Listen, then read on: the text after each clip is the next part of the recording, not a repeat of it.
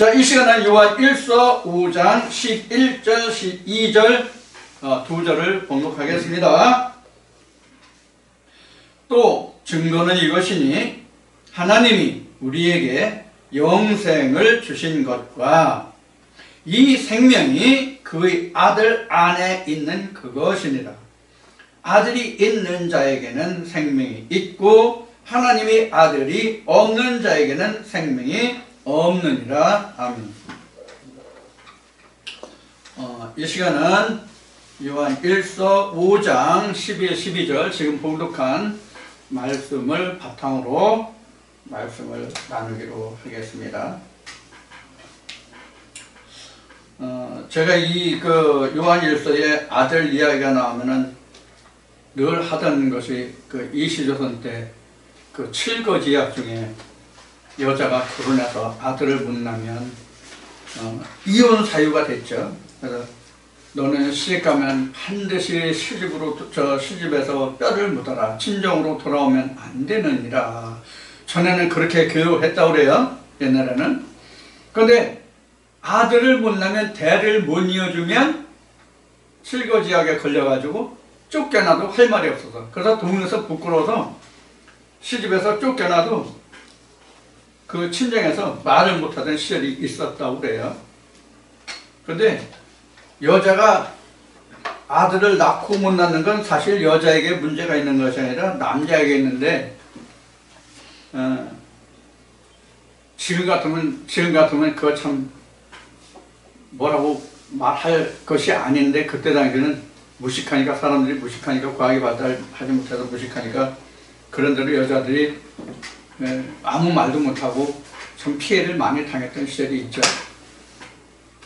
근데 이제 성경은 이제 그런 이야기가 아니고, 이제 아들 이야기가 어떤 가정에서 어떤 여자가 결혼해서 아들을 낳고 못 낳고의 그 있고 없고를 말하는 것이 아니라 예수 그리스도를 두고 하는 이야기다 하는 것 정도는 신학에서도 다 알아요. 근데 그 아들 예수가 누가 낳은 아들 예수를 말하느냐 하는 것은 상당한 차이와 거리가 또 문제점이 존재하고 있죠. 현재까지도. 제가 페이스북을 한 지가 한 10년 가까이 됐는데, 이제 다시 며칠 전에 페이스북을 완전히 이제 매장을 했거든요. 페이스북. 제 이름의 페이스북을 완전히 두 채널이 있었는데, 완전히 매장을 했어요. 전에는 페이스북에 탈퇴라고 되어 있었는데, 영구 매장의 그런 부분이 있더라고요. 그래서 아주 완전히 매장을 시켜버렸는데, 시간만 뺏기고 요새 뭐 별로 도움이 될 만한 그런 교류가 되지 못하고 세상에 어수선해서 이제 매장을 시켰는데, 왜 내가 이 얘기를 했지? 뭘 얘기를 하다가 이 얘기를 했나? 자, 여하튼 이 아들을 두고 하는 이야기가 우리나라에는 참 심심찮게 많이 나왔어요. 그래서 지금 우리가 성경에서 아들이라고 한다면 예수 그리스도에 관한 것이다 하는 것은 신학도 알아요. 근데 지금 방금 말했듯이 페이스북을 말하기 전에 말했듯이 예수 그리스도라는 것은 아는데, 그 예수 그리스도가 누가 낳은 어떠한 상태, 어느 때의 예수 그리스도냐 하는 것은 상당한 논란이 일고 있거든요. 지금도 정리가 안 된 상태예요. 신학이 그래서 페이스북을 얘기했구나. 신학이 언제부터 존재했느냐 하는 것을 놓고 우리가 생각해보면 신학이 언제부터 있었던 것 같아요? 우리가 성경에서 보면 가장 먼저 있던 신학이 언제일 것 같아요? 여러분들 생각 어때요? 생각해봤어요? 성경에 기록된 신학이 맨 먼저 있는 게 어느 때예요? 구약의 북이스라엘 아하방 때 이세벨이 키운 제사장들, 거짓 제사장들, 그때가 가장 먼저 신학이 있었다 이렇게 볼 수 있어요. 근데 그 신학과 대두되는 대두되는 신학이 어떤 것이 있었어요 그때 당시에? 아방 때, 이세벨 때. 엘리야의 문화생들이 있었죠. 그러니까 그 바알의 선자와 그 엘리야의 생도들 간의 대적이 열왕기 상에 나오는 갈멜산의 역사란 말이에요. 그래서 신약에 들어와서는 가말리엘의 문화생들, 이제 이렇게 신학이 우리가 볼 수 있는 존재들이, 기록들이 나온다고 할 수 있죠. 그래서 그때 당시는 사도들과, 앞에는 예수와 그 뒤에는 사도들과 바리새인들, 가말리엘의 문화생들 간의 그 대치다 이렇게 볼 수 있고, 구약에서는 그 엘리야의 그 후예들과 아합의 그 초인 이세벨의 후예들이 대결했던 그런 역사를 우리가 볼 수 있습니다. 그래서 하나는 스스로온 자들이고 사람이 기르는 자들이죠. 하나는 하나님의 후예들이죠. 그렇게 있어요. 우리가 성경에서 보면은 그렇게 볼 수 있는데, 사실 그 이전에 신학이 있었다는 증거가 뭐냐면 뱀이라는 존재예요. 뱀이 어디 존재예요? 창세기 3장의 존재예요. 뱀이라는 게 창세기 3장에 나오는데, 이 뱀이 곧 이사야서 27장과 요한계시록 9장의 말씀들을 보면은 그것이 바로 그때도 신학이 있었다는 증거가 돼요.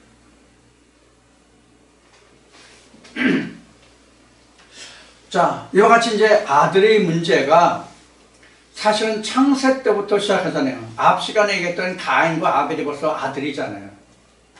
누구의 아들이에요? 아담의 아들들이잖아요. 가인도 아벨도 아담의 아들이잖아요. 둘 다. 그러니까 아담의 아들들이에요. 그래서 우리가 이제 전에도 얘기했듯이 사람의 종류, 아담의 종류에서 똑같이 아담이나 사람이나 똑같이 아담의 종류는 곧 사람의 종류고 사람의 종류는 곧 아담의 종류다. 이제 이렇게 이야기를 했어요. 또 제 블로그에도 그거 있다고 이야기를 했고요. 자, 그래서 아들 하면 우리가 육신적인 아들이 있고 영적인 아들이 있거든요. 육신적인 아들이 있고 영적인 아들이 있는데, 성경은 영적인 아들을 놓고 말하잖아요. 영적인 아들을 놓고 보는데, 그래서 예수가 아들이라는 것까지는 아는데 그 아들이 언제적 아들이냐 하는 문제가 있단 말이에요. 그래서 이 시간에는 요한일서 5장 11절 12절 두 절을 봉독했는데, 이 말씀을 바탕으로 오늘은 이 시간에는 어떤 주제로 말씀을 나누는가 하면, 아들이 있다는 것이 무엇이냐 이거예요. 아들이 있다는 것이 무엇인가.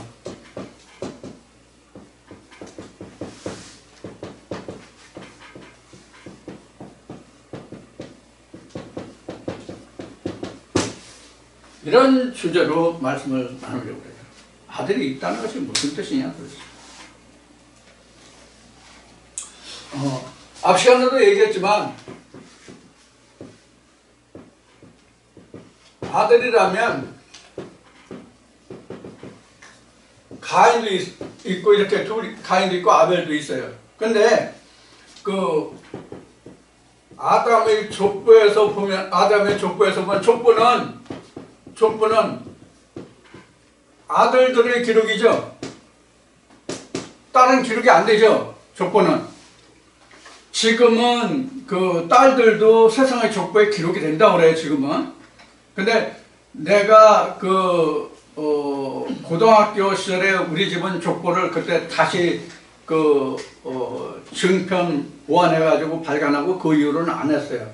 그러니까 지금 벌써 한 50년이 넘은 10월까지 지금 그냥 있어요. 전에는 20년마다 족보를 다시 정개편한다고 그러는데 지금도 그렇게 하고 있는지 모르겠어요. 지금 그렇게 족보에 대해서 그렇게 지금도 신경 안 쓰죠. 근데 지금은 족보에 여자들도 기록을 한다고 그러는데 전에 할 때는 족보에 여자들은 실리지 않았어요. 그래서 여자들 족보에 실린다고 해봐야 제가 이태수 하면 이태수 부인 예를 들어서 경조 김씨면 경조 김씨, 경조 이씨면 경조 이씨, 밀양 박씨면 밀양 박 요렇게까지만 나오고 그거에 대한 일절의 다른 뭐가 나오질 않았어요. 근데 지금은 출생에서부터 뭐 했다가 언제처럼 어제 했다 그렇게 지금 다 기록된다고 그래요. 여하튼 족보는 다 아들들의 기록이에요. 그래서 성경도 보면 앞 시간에 얘기했듯이 창세기 5장에서부터 아담의 족보가 나오죠. 그리고 마태복음 1장에 가서 아브라함의 예수 그리스도의 세계라서 예수 그리스도의 족보가 나와요. 그건 아브라함부터 나와요. 이렇게 나오는데 전부 다 뭐냐면 아들들의 기록이에요. 아들들의 기록이. 그래서 아들이라고 하면 사실 가인에서부터 시작해가지고 예수로 끝이거든요. 그럼 성경의 역사가 여기까지예요, 사실은. 아담에서부터 시작해가지고 예수에서 끝이에요, 성경은. 그럼 예수의 역사가 끝났어요, 안 끝났어요? 이미 성경으로 보면 2000년 전에 끝났어요. 성경으로 보면 2000년 전에 이미 끝났어요. 그러면 외형적으로 본다면 성경은 모두 완성된 거예요. 완성된 거예요. 그래서 이러한 개념으로 볼 때에 일부 신학자들은 성경은 다 완성되고 맞춰진 거기 때문에 이제 우리에게 남은 것은 요한계시록뿐이 없다, 이런 식으로 주장하는 신학자들이 나오게 되는 거예요. 그래서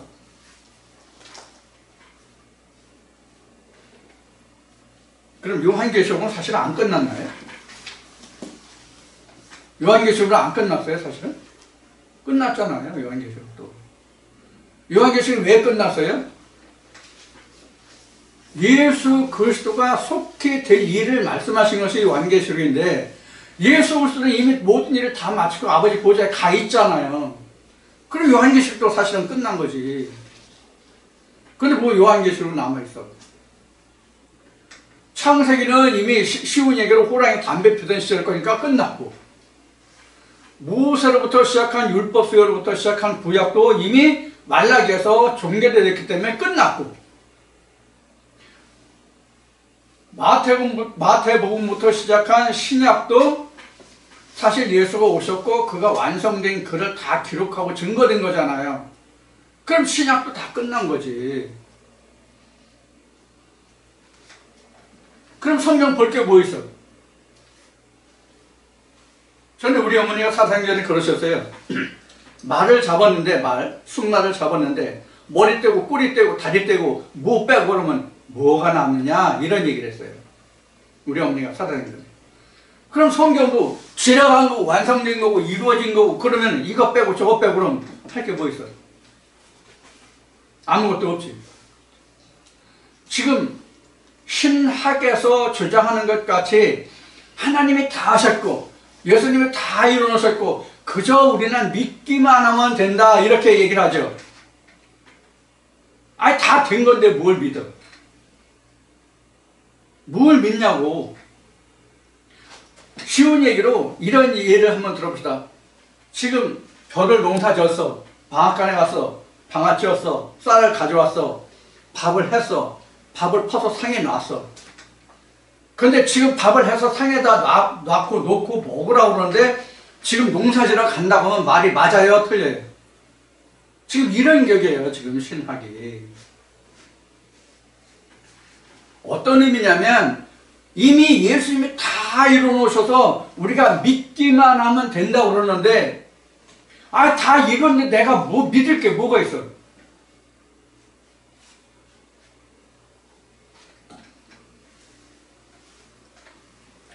이런 이제 어폐가 있는 거란 말이에요, 우리가. 성경을 진의를 알고 보면, 성경의 참뜻을 알고 보면 이런 어폐가 있는데, 그런 어폐, 앞에서 한 말과 뒤에서 한 말이 뭐가 맞고 뭐가 틀리는지를 모르고, 자기 자신이 한 말을 모르고 그냥 한단 말이에요. 이것이 오늘날 신학의 실체예요.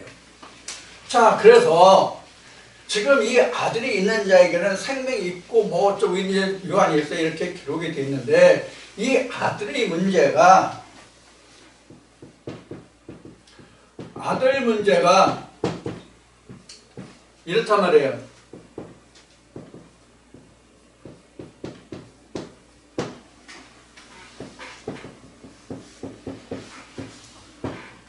이런 문제가 되는단 말이에요. 성경에서 말하는 아들 예수와 지금 내가 말하는 나의 아들 예수와의 차이란 말이에요. 그러면 신학이 말하는 예수는 언제적 사람이에요? 신학이 말하는 예수는 언제적 사람이에요? 2000년 전이에요. 신학의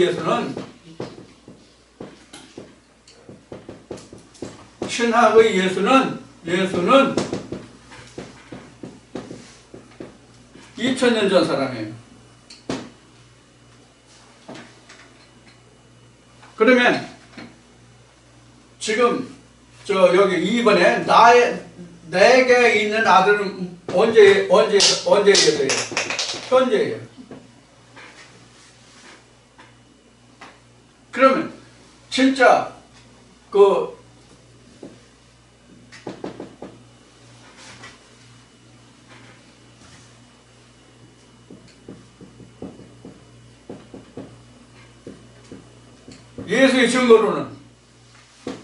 예수의 증거로는 창세전이죠. 그렇죠? 예수의 증거로는 예수가 언제부터 있었어요? 창세전이에요. 창세전이잖아요. 요한복음에서 그렇게 말씀하시잖아요. 십자가 나으실 때 이렇게 기도하잖아요. 창세전에 아버지께서 나와 함께 하셨던 그 영화로우심으로 나를 영화롭게 하시고 아버지께서 영광을 받으소서, 이렇게 기도하죠. 그런데 하나님 답이 뭐예요? 내가 이미 너를 영화롭게 했고 내가 이미 영광을 얻었다, 이렇게 말씀하시죠. 그 요한복음에. 그러면 거기에 예수 언제부터 있었다고 그랬어요? 창세전이잖아요.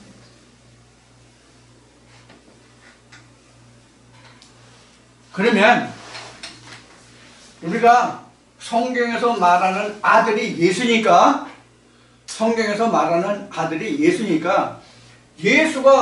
예수가 신학으로는 2000년 전 사람이고 성경으로는 창세전부터 있던 거고, 현재 나로 보면 지금 있는 예수고, 그럼 이 시간의 공백을, 이 수많은 날들의 시간의 공백을 어떻게 메울 거냐는 거예요. 응? 어떻게 메꿀 거냐는 거예요. 그러면 지금 요거 동그라미 1번, 2번, 3번으로 합시다. 요 동그라미 1번, 2번, 3번의 문제를 해결할 수 있는 단초가 뭐예요? 뭐만 풀어지면, 뭐가 풀리면, 어떤 말이 풀리면 이 시대적인 간격을 메꿀 수가 있어요. 뭐만 풀리면. 이 동그라미 1, 2, 3번 중에서 어떤 말이 풀리면 이 시대적인 간격을 뛰어넘을 수 있냐고. 네? 뭐예요? 창세전입니다. 요 단어만 알면 돼요. 우리가 창세전이라는 이 단어를 모르는 거예요. 창세전. 그래서 지금 창세전이라는 단어를 한번 공부해 보겠습니다.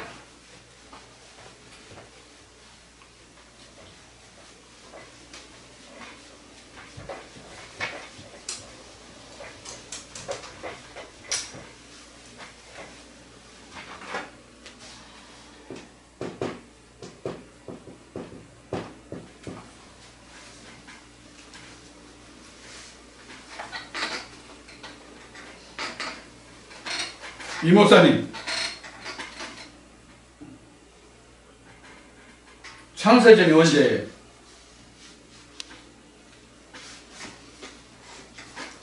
저요? 응? 창세전이요? 응, 창세전이 언제예요, 창세전이? 호랑이 담배 피던 시절 그때 얘기하는 건가?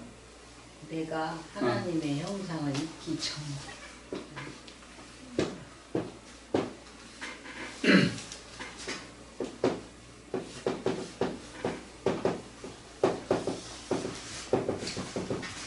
이게 출애굽 여정 도표죠.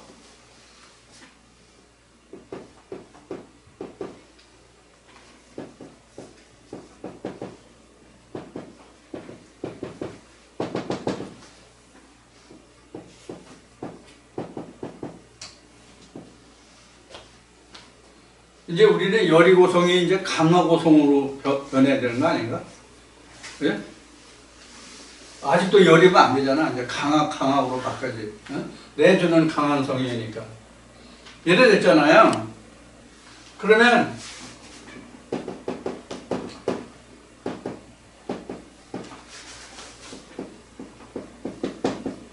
이렇게 오잖아요. 유전, 모세, 광야 또는 율법 이렇게 오잖아요. 예수고 이렇게 오잖아요.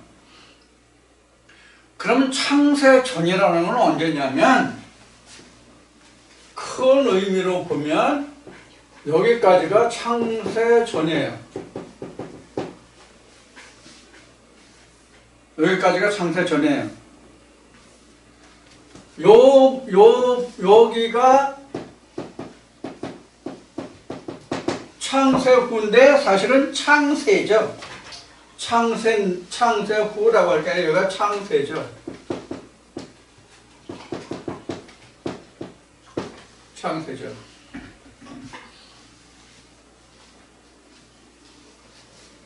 그럼 창세가 무슨 뜻이에요? 창세가 무슨 뜻이에요?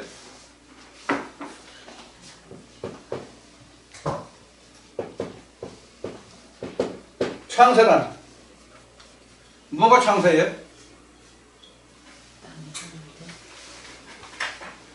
그동안 공부했는데 오늘 다시 정리했습니다.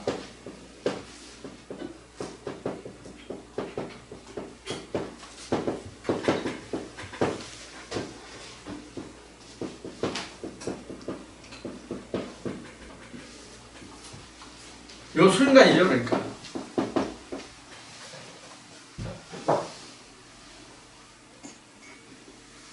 창세라고 하는 것은 땅의 존재가 하늘의 존재가 되는 그 상태가 바로 창세예요. 그 전은 내가 땅의 존재로만 그냥 있으면 아직 창세가 안 된 거예요. 예수 그리스도와 내가 함께 했을 때에만 창세거든요. 그러니까 창세라는 것은 다시 얘기하면 하나님의 형상으로 지어지기 시작하는 그 순간부터가 창세예요. 우리로 보면 창세라는 것은 우리 인간이 태어나는 거로 보면 창세라는 것은 바로 무엇을 말하냐면 잉태예요. 잉태란 말이에요. 잉태.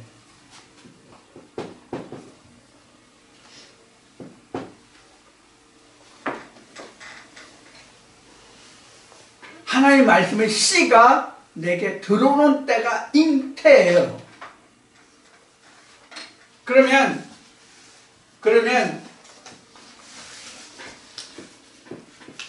요게 요단강을 건너서 여리고성을 무너뜨릴 요 때가 뭐냐면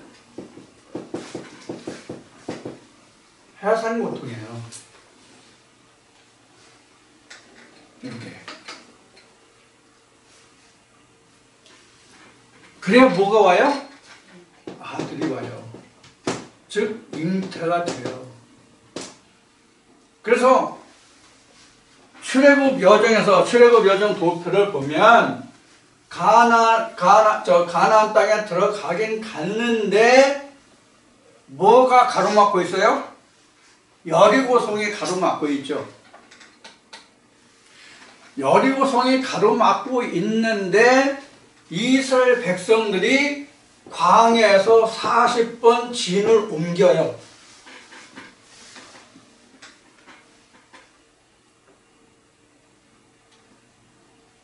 이거 저 레위기, 민수기, 이쪽 신명기 가면 다 나와요 이거야. 그리고 여기 가서 41번째 진을 쳐요. 여기서 41번째 유월절을 가져요. 그럼 이때는 볶음국식과 만나로 첫 번째 유월절을 지내요. 요단강을 건너서 첫 번째 유월절. 그럼 이때 만나와 볶음국식으로 첫 번째 유월절을 지내는데 요단강 건너서 이때 만나가 끊기고 볶음국식을 먹음으로 인해서 만나가 끊기고 이때부터 자력으로 하나님 양식을 구해요. 이게 역대기와 이사야서에 기록된 1년, 1000년, 2년, 3년 차에는 자기가 신고 가꾼 것을 걷어먹는다. 이렇게 증거되는 말씀이에요. 이게 아하스가 병이 나서 죽게 됐을 때, 히스기야가 병에서 죽게 됐을 때 선지자가 와가지고 다시는 일어나지 못하고는 죽는다 그랬을 때 그 벽을 깨서 막 기도하니까, 통곡 기도하니까 자기의 선친 아하스의 일령표를 15도를 물려서 오래 더 살게 해주는 그 기록이 나오죠. 거기에 그 증거로 나오는 말씀이 첫해, 두해, 3년에는 이 말씀이 나오는데 그 역대기와 그 이사야 말씀이 나오는 말씀이에요. 그래서 지금 거기에 1년, 2년, 3년이 나오는데 바로 그런 거예요.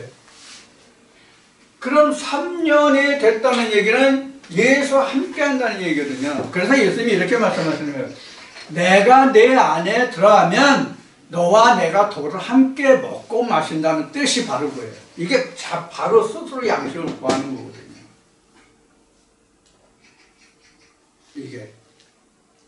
이게 신명기 26장에 28장에 가면 그 떡반죽이라는 말씀이 나오는데 이 떡반죽이에요. 스스로 양식을 취해서 떡을 해 먹을 수 있는 거. 물론 무교병이에요. 유교병이 아니라 무교병이에요. 그래서 만나가 두 가지죠. 만나가 두 가지가 나오죠. 예수님이 말씀하신 것 같이 너희 조상은 광야에서 만나를 먹어서도 죽었거니와 내가 주는 만나를 먹으면 죽지 않고 영원히 산다. 왜 그러냐면 너희 조상은 광야에서 나는 만나, 즉 땅에서 나는 만나를 먹었지만 나는 하늘에서 내려오는 영생의 떡 만나러 왔다. 이렇게 얘기하셨잖아요. 그 만나에서 만나가 둘이에요. 그래서 땅의 만나, 하늘의 만나. 그래서 하늘의 만나를 먹는 자는 이 3년 차거든요. 이스라엘 백성들이 민수기에서 보면 민수기 20장, 21장에 보면 21장 보면 그 불뱀, 놋뱀이 나오잖아요. 왜 불뱀이 생겼어요? 왜 놋뱀과 불뱀이 생겼냐고. 먹는 것으로 인해서 생겼거든요. 먹는 것으로 인해서. 이스라엘 백성들이 출애굽을 하고 나서 끝까지 대적한 게 뭐예요? 먹는 거예요. 우리 이런 거 좋아하지 않아.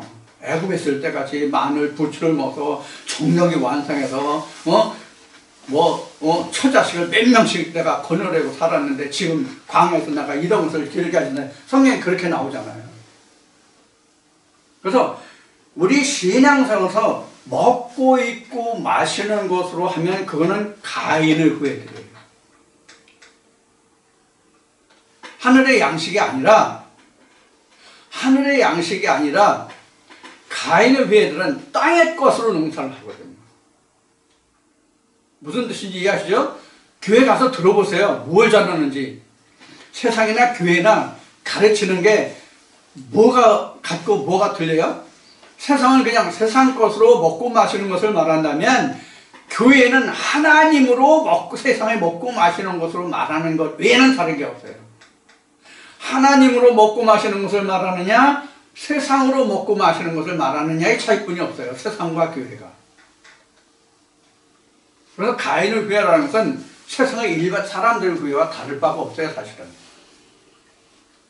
자, 이와 같이 지금 그 하나님의 역사가 성경의 기록이 이와 같이 기록이 되거든요. 하나님이 이거 보여주신 거예요.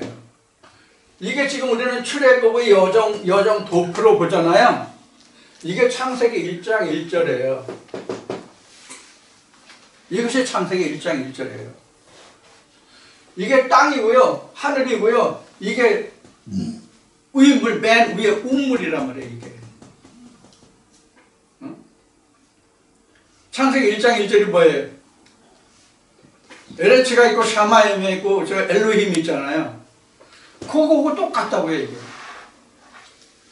그래서 창세기 1장 1절을 성경이 계속 가서 풀어준 거예요. 결국 남은 게 이것만 남은 거잖아요. 이게 지금 여기도 적혀있지만 이게 예수의 공간이라고 그래요. 여기가 예수의 공간이에요. 그럼 예수의 공간이라는 게 어떤 의미예요? 하나님이 보여주신 모세에게 보여주신 장막이나 성막, 성전의 개념으로 보면 예수의 공간이 어떤 공간이냐고요?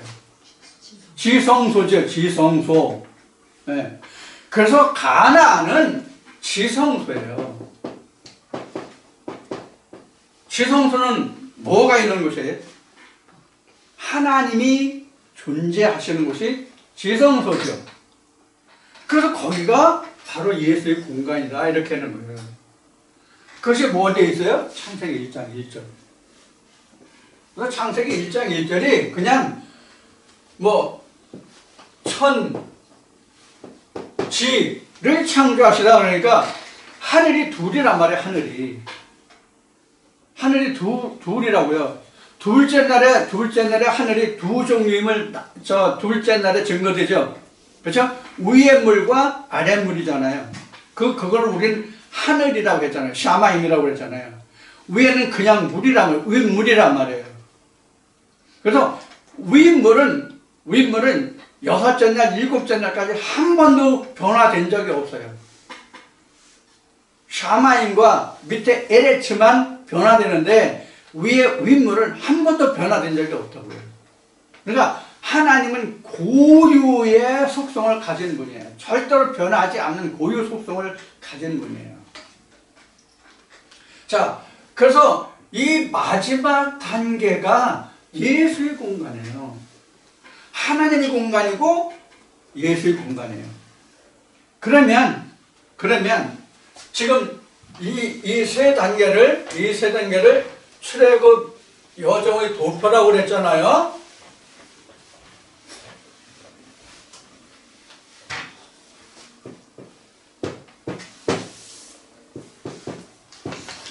이제 열이고 없애고 이렇게 합시다.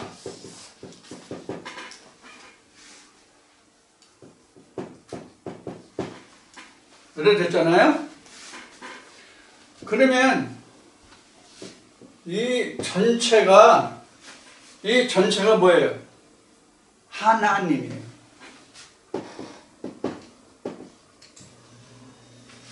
이 전체가 하나님이에요. 이 전체를 왜 하나님이라고 하는지 설명을 드릴게요. 세례 요한이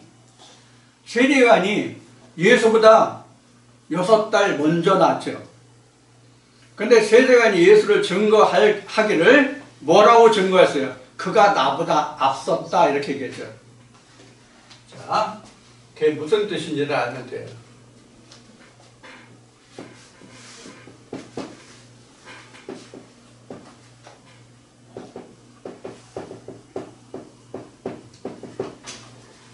시대적인 개념으로 보면 이렇잖아요.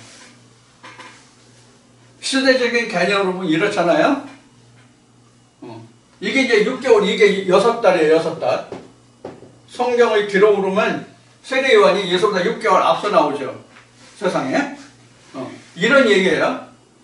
근데 사실은 세례 요한이 그가 나보다 앞섰다고 그랬잖아요. 그렇죠? 앞섰다고 그랬어요. 그럼 예수는 이미 여기에 선재한 거예요, 이미.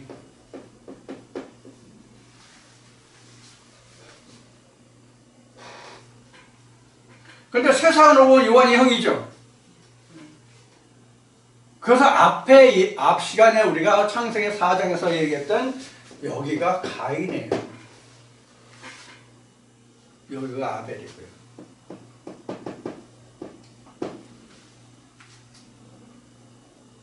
그래서 가인의 후예들이라는 것은 지금 이 후예들이에요. 그러니까 하나님의 구원에 들지 못한 족속들, 하나님의 이름을 부른다 할지라도 이런 족속들이에요. 그래서 이제 앞에 이렇게 썼었죠. 이렇게 썼었죠. 사도 바울은 이것을 하나님의 계명 아래, 유전 아래, 계명 아래 이렇게 얘기했어요. 사도 바울은. 그래서 유전과 계명 아래 있는 자들, 이것은 다 가인의 후예들이에요. 여기만 아벨, 예수의 후예들이에요. 다 유자들만. 그러면 창세됐다고 하는 게 여기잖아요.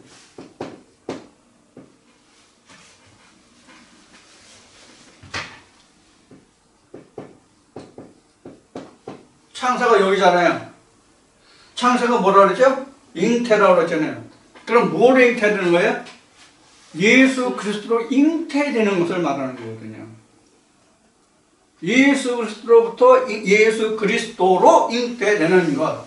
그러니까 하나의 말씀의 씨를, 성령의 씨를 받은 그때가 나는 창세요. 그 씨를 받기 전에, 성령의 씨를 받기 전에는 창세 전이란 말이에요. 그러면 각자를 놓고 보면 하나님의 성령의 씨를 받은 그 시점으로서 전과 후가 있을 거 아니에요. 그렇다고 내가 있음으로 해서 성령의 씨를 받을 수 있는 것이지 내가 없으면 성령의 씨를 받을 수가 없잖아요. 그렇죠? 다시 얘기하면 남자가 씨를 가지고 있다고 할지라도 여자가 없으면 씨를 심을 땅이 없잖아요. 그래서 성경은 모든 사람을 사도 바울이 증거하기를 예수 그리스도에게 중매할 하나님의 신부로 봤단 말이에요. 고린도후서 11장 2절에서. 자, 그래서 이것을 전부 다 땅으로 보는 거예요. 그러니까 땅으로 보는데 이게 실제 땅이 아니라 뭐예요? 사람들의 종류예요. 아담의 종류예요. 그래서 지금 각자 이런 과정을 다 거쳐와요. 각자 다 이런 과정을 거쳐와요. 쉬운 예로는 이게 다 교회 시대예요. 교회 시대예요. 여기가 성령 시대예요. 그렇죠? 이런 시대를 거치지 않고는 여기로 올 수가 없어요. 그래서 앞 시간에 뭐라 했어요? 가인과 아벨에서 뭐라 했어요? 다 이 교회 시대, 이 가인의 시대에서 벗어나야만 하기 때문에 그것이 유월이라고 얘기했어요. 이게 똑같은 얘기랍니다. 이렇게 다 유월이잖아요. 유월이라는 증거가 강을 건너는 거예요. 이스라엘 백성이 출애굽 여정 도표로 오면 강을 건너는 거예요. 홍해를 건너느냐, 요단을 건너느냐, 그런 단계거든요. 근데 다 강을 건넜는데 마지막 17만은 강이 아니고 뭐예요? 송이잖아요. 땅에서 일어나는 일이잖아요. 그렇죠? 땅에서 일어나는 일이잖아요. 그래서 여기가 구분되는 거예요. 그래서 다른 데는 다 하나님이 물론 다 건너주셨지만 사람이 직접 다 했잖아요. 그렇죠? 사람이 실제로 강을 건너갔잖아요. 근데 여리고성을 무너뜨릴 때는 어떻게 했어요? 사람이 실제로 무너뜨리고 건너갔지만 무너뜨릴 때 사람이 무너뜨렸어요? 하나님의 역사에 의해서 무너뜨렸거든요. 이게 뭐냐면 말씀에 의해서 내 마음의 장벽이 허물어지는 것을 얘기하는 거예요. 이게 성경으로 말하면 예수님이 그 따르는 무리들을 향해서 말할 때 나를 따를 때 너희들이 내 십자가를 지고 와라 얘기를 하시죠. 바로 이 십자가를 지라는 얘기가 이거예요. 자기 장벽을 허물어야 예수가 들어올 수 있잖아요. 그래서 찬송가에 이런 찬송가 있죠. 나 주를 사랑한다, 나 주를 믿는다 하면서 문 단단히 걸어 잠그니 참 그 부끄러운 말인가? 뭐 그런 찬송가가 있죠. 이게 이걸 두고 한 얘기예요. 이 여리고선 자기 마음을 두고 한 얘기예요. 제가 맨 처음에 40대 들어서서 40대 초반에 마음 문 열어라, 마음 문 열어라, 마음 문 열어라 하는 그 말 뜻이 무슨 뜻인지를 몰라가지고 엄청 헤매서 엄청 수고하고, 수고했던데 엄청 마음에 걱정하고 번민한 적이 있어요. 근데 이 마음을 열어라가 이거예요. 여리고 성을 허물어뜨리는 거예요. 이게 십자가의 죽음이에요.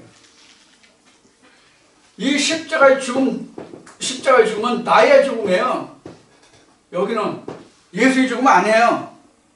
나의 죽음이에요. 그래야만 뭐가 와요? 내 마음속에 예수가 살아 들어와요. 예수가 부활해서.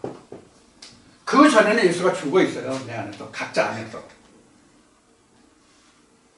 그래서 정확하게 말하면 여리고성이 함락되어야만 나는 비로소 창세 잉태가 된 거예요. 예수 그리스도의 성령의 씨로.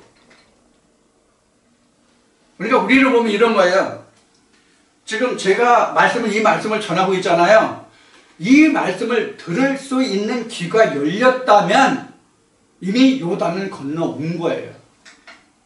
근데 이 말씀이 아직도 정돈이 안 돼. 분별이 안 돼.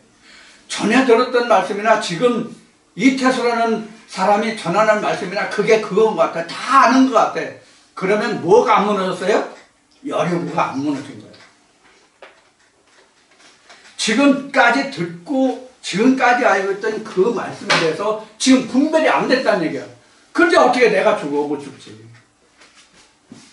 내가 죽었다는 얘기는 내가 죽는다는 얘기가 아니라 뭐라고요? 마음의 장벽이 없는 거예요. 마음의 장벽이. 그래 예수 그리스도가 내 마음에 오시잖아. 이게 마음을 열었다 뜻이고 내가 죽었다고 그래야만 비로소 십자가를 질 수 있는 거예요. 십자가를 질 수 있다 내가 죽는다는 얘기는 예수 그리스도와 함께 한다는 얘기예요. 실제 내가 죽었다는 뜻이 아니에요.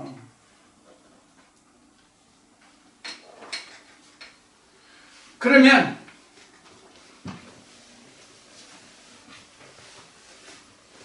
언젠가부터인가 그 서울역이란다. 서울 전철 타면 그게 없대. 전에는 2호선에 전에 내가 강동에서 그 신도림으로 출근할 때 내가 출근할 때 보면 아침 저녁으로 만났던 사람들이 있어요. 이렇게 뛰둘러가지고 예수천국이라고. 예수천국 그러고 전철 왔다 갔다 하는 사람들이 있었거든요. 요새는 그 사람들 어때? 그 예수천국은 맞는데 그 사람들이 말하는 예수천국이 언제적 예수천국이에요?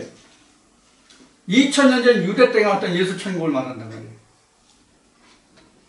그게 아니라 성경은 지금 나한테 와 있는 이러한 내 마음을 가나안을 만들기 위해서 내 마음의 가나안 즉 하나님의 지성소로 만들기 위해서 내게 현재 와 계신 예수를 말하는 거란 말이에요.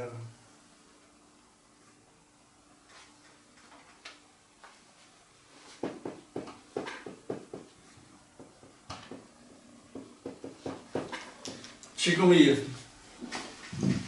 그러면 이거를 다시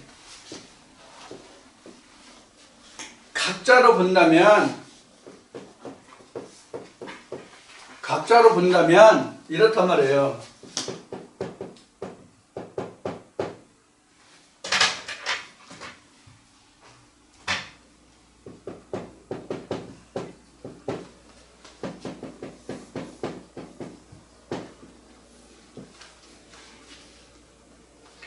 근데 피우뉴마가 이렇게 내 마음으로 들어와야 되잖아요. 이게 마음인데 피우뉴마가 내 마음으로 들어와야 되는데 이 여리고가 떡 버티고 있단 말이에요. 여리고가.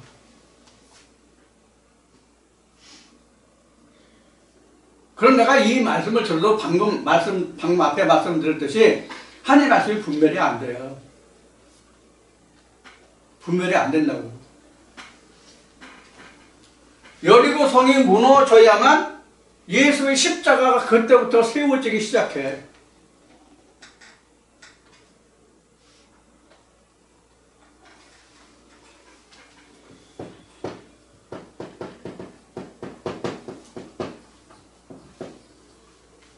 십자가가 죽음이에요? 상령이? 십자가가 죽음이죠? 그럼 죽음 다음에 뭐예요? 부활이잖아. 죽는다는 뜻이 내가 죽고 그가 사는 거예요. 누가 증거했어요? 요한이 증거했죠? 나는 새하고 그는 흥하여야 해. 이 의미가 십자가의 죽음이고 십자가를 지라는 뜻이에요. 예수님이 하신 말씀. 그때에 내게 얻어지는 예수가 있잖아요. 각자에게 얻어지는 예수. 이 예수 아들이 있는 자에게 뭐가 있다? 생명이 있다. 그런 뜻이에요. 근데 이 생명이 간단한 생명이에요? 영생의 생명이란 말이에요. 이런 아들이 있는 자에게 생명이 있다 이 뜻이에요.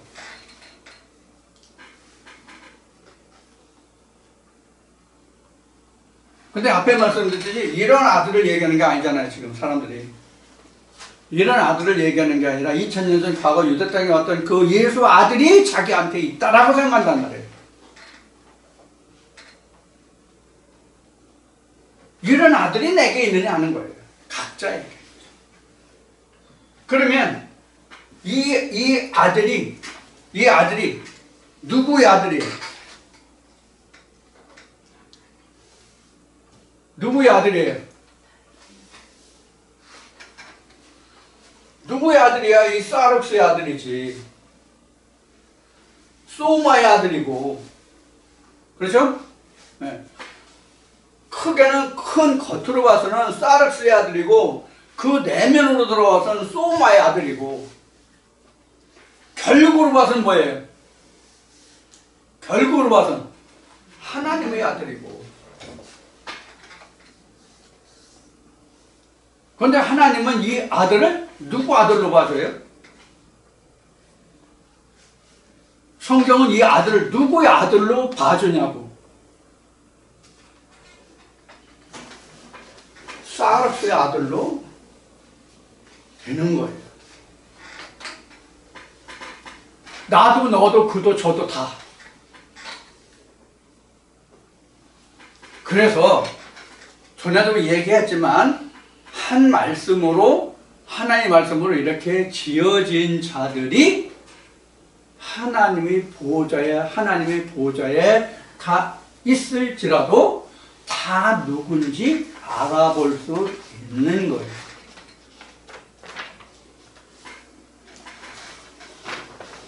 그렇지 않으면 이 사르스의 모양대로 지어지지 않았으면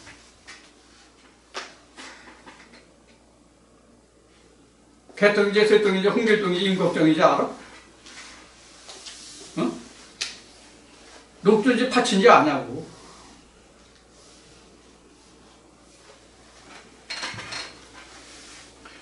그러고 보면 아들이 여기로 들어오잖아요. 아들이. 그렇죠? 결국 아들이 여기로 들어오잖아요. 왜? 여기에 잉태하니까. 그렇죠? 여기가 밭이잖아. 우리 교회에서 얘기하는 심령이잖아. 여기에 아들이 여기에 잉태되잖아. 응? 그러면 이 소마가 누구를 닮은 소마야? 누구를 닮은 소마야? 사르스를 닮은 소마야. 이태수가 삼태수 같은 이태수가 삼태수 같은 소마를 안 가지거든. 이태수의 소마는 이태수의 소마지 이태수의 소마가 삼태수의 소마를 안 가지거든. 말씀만 재료만 하나님 거야. 씨만 하나님 거야. 그런데 우리가 세상적으로 이거를 설명한다면 우리 유전자 검사를 한다고 그러죠. 이 자식이 진짜 내 친자인지 아닌지 유전자 조사를 한다고 그러죠. 그럼 유전자 조사를 하면 아버지 것만이에요, 엄마 것만이에요? 아니면 둘 다예요? 아버지 어머니를 다 합쳐서 그 유전자가 자식들에게 가잖아요. 그러면 이 소마가 어머니고 이 사륵스가 아버지라면 이 둘의 씨가 다 여기 나올 거 아니에요. 아니면 아버지가 여기라 했지만 사실상은 아버지가 여기죠. 그렇죠? 소마에 대한 아버지는 영이자 하나님이잖아요. 그럼 여기 나라는 존재와 피오누마라는 하나님의 존재가 합쳐서 여기 DNA가 유전자가 만들어진다면 나라는 존재는 빠진 하나님의 아들이 생기겠어요? 나라는 특징과 하나님이라는 특징이 합쳐진 DNA 유전자를 가진 하나님의 아들 예수가 나아진다고 해요.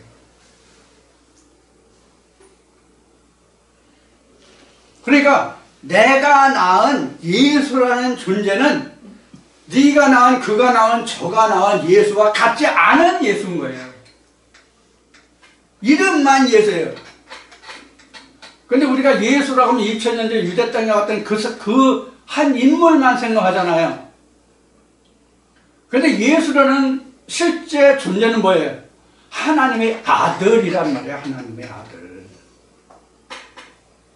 2000년 전에 유대 땅에 왔던 그 예수가 아니라 말씀으로 나음을 받은 모든 자의 이름이 아들이라면서 성경에는 그래서 하나님의 아들들 이렇게 나온 거예요.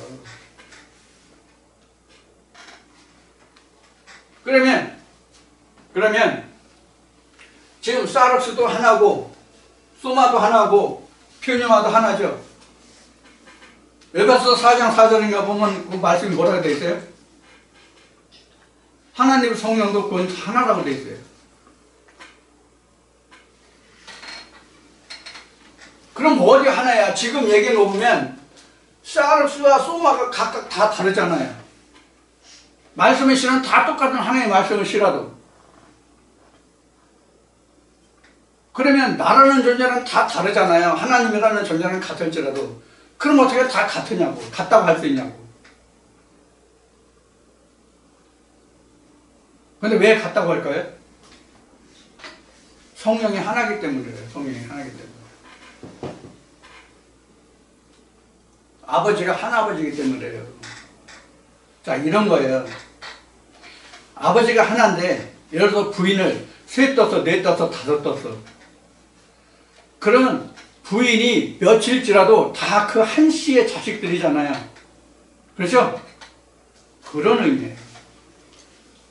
우리가 하나님이라는 남편은 누구나 다 똑같거든요. 우리가 하나님 앞에 모두가 다 신부인 것 같이.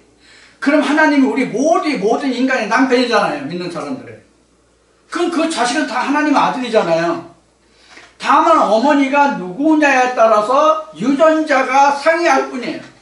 유전자가 좀 다를 뿐이에요. 그렇다고 하나님이라는 유전자가 바뀌어서 아닌 하나님의 존재로 나올 수가 없잖아요. 한 씨를 받았다면 말이죠. 이해가 되죠? 그런 것 같이 그런 아들이 있는 자에게만 영생이 있고 생명이 있다는 뜻이에요. 생명이 있다는 뜻은 영생이 있다는 뜻이에요. 단순히 그냥 생명이 있다는 뜻이 아니에요. 성경에서의 생명은 영생을 얘기하는 거거든요. 이터널 라이프예요. 그냥 단순히 우리에게 있는 이 심장이 뛰어가지고 심장 밖으로 뛰어가지고 우리가 살아있는 이 호흡과 같은 그런 거 아니라는 거예요. 그래서 이 호흡으로 인해서 존재하는 것은 푸시케고요. 하나님의 영으로 사는 건 퓨뉴마예요. 그래서 푸시케가 퓨뉴마가 되는 게 아니에요. 퓨뉴마는 변질이 안 돼요. 푸시케도 변질이 안 돼요. 그래서 혹자는 푸시케가 퓨뉴마가 되는 거 아니냐 이렇게 얘기했는데 그게 아니에요.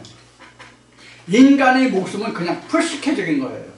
하나님의 생명은 퓨뉴마적인 거예요. 그래서 성경은 이걸 형용사적으로 헬라어로는 푸시키코스와 퓨뉴마티코스라는 형용사적으로 설명하고 있어요. 고린도서 15장에서. 이것을 우리가 혼돈하면 안 돼요. 어떤 사람이 이제 그런 질문을 한 적이 있어요. 푸시케가 퓨뉴마가 되는 거 아니냐 이런 질문을 한 사람이 있었어요. 그래서 푸시케가 퓨뉴마가 되는 거 아니라 소마가 퓨뉴마를 잇는 거예요. 그래서 소마가 퓨뉴마를 잉태해서 퓨뉴마로 낳는 거예요. 그게 진짜 아들이에요. 다시 얘기해요. 정리해서 다시 답을 드려요. 아들이 있다는 얘기는 소마의 퓨뉴마를 잉태해서 소마가 퓨뉴마를 낳는 게 그게 아들이고, 그러한 것이 있는 자에게 생명이 있다, 영생이 있다, 이와 같이 증거한 거예요. 그게 지금 내게 있냐 없냐는 거예요. 2000년 유대 땅에 왔던 예수가 내가 알고 있다 없다, 그 말씀이 내게 있다 없다가 아니에요. 실제적으로 내가 퓨뉴마를 잉태해서 퓨뉴마의 아들을 낳아서 그 아들이 진짜 하나님의 아들인지를 확인한 자예요. 이게 마태복음이나 누가복음에 보면 아기 예수를 품에 안고 어디로 가요? 하나님 전 앞에 기도하는 누가 나와요? 누가 나와요? 네. 그 사람과 같이 내가 아기 예수를 보기 전에는 내가 아버지께로 돌아갈 수 없다고 내가 기도했더니 오늘날 아기 예수를 품에 안으니 무한한 영광이다. 그걸 확인한 자만이 영생이 있는 거예요. 생명이 있는 거예요. 자, 이렇게 우리가 그 믿음이 정리되고 우리 믿음이 바로 세워져야만 나는 비로소 하나님의 아들이요 생명이요 영생이 있는 자가 되는 거예요. 그때 비로소. 그렇지 않은 믿음은 전부 말로만, 실상이 없는 그런 믿음, 적은 믿음. 자, 이제 오늘 여러분들과 나눈 이 말씀이 조금 어려울 수도 있을지 모르겠어요. 어려울 수도 있을지 모르겠지만 이것이 실상이에요. 성경에서 말하는 믿음의 실상이고 구원의 실체의 모습이에요. 이런 것들을 또 꼭 명심하셔서 오늘 첫 시간과 이 시간 나눈 말씀들이 여러분들에게 성경을 바로 깨닫는 하나님의 존재와 예수의 존재를 실체를 깨닫는 좋은 말씀이 되기를 기원하고요. 끝으로 이제 한 가지 광고의 말씀을 드리겠습니다. 하마터면 잊을 뻔했는데 다음 주는 구정 명절이잖아요. 그래서 다음 주 한 주는 정상적인 말씀은 아마 올라가지 않을 거로 알고 있어요. 그러니까 참고해 주시기 바라고요. 동영상을 보시는 분들 참고해 주시기 바랍니다. 구절 명절 가족과 함께 잘 보내시고요. 이 구정주가 지난 다음 주에 정상적으로 여러분들 자세히 찾아뵙겠습니다. 명절 잘 보내시고요. 즐거운 명절 되시길 바랍니다. 감사합니다.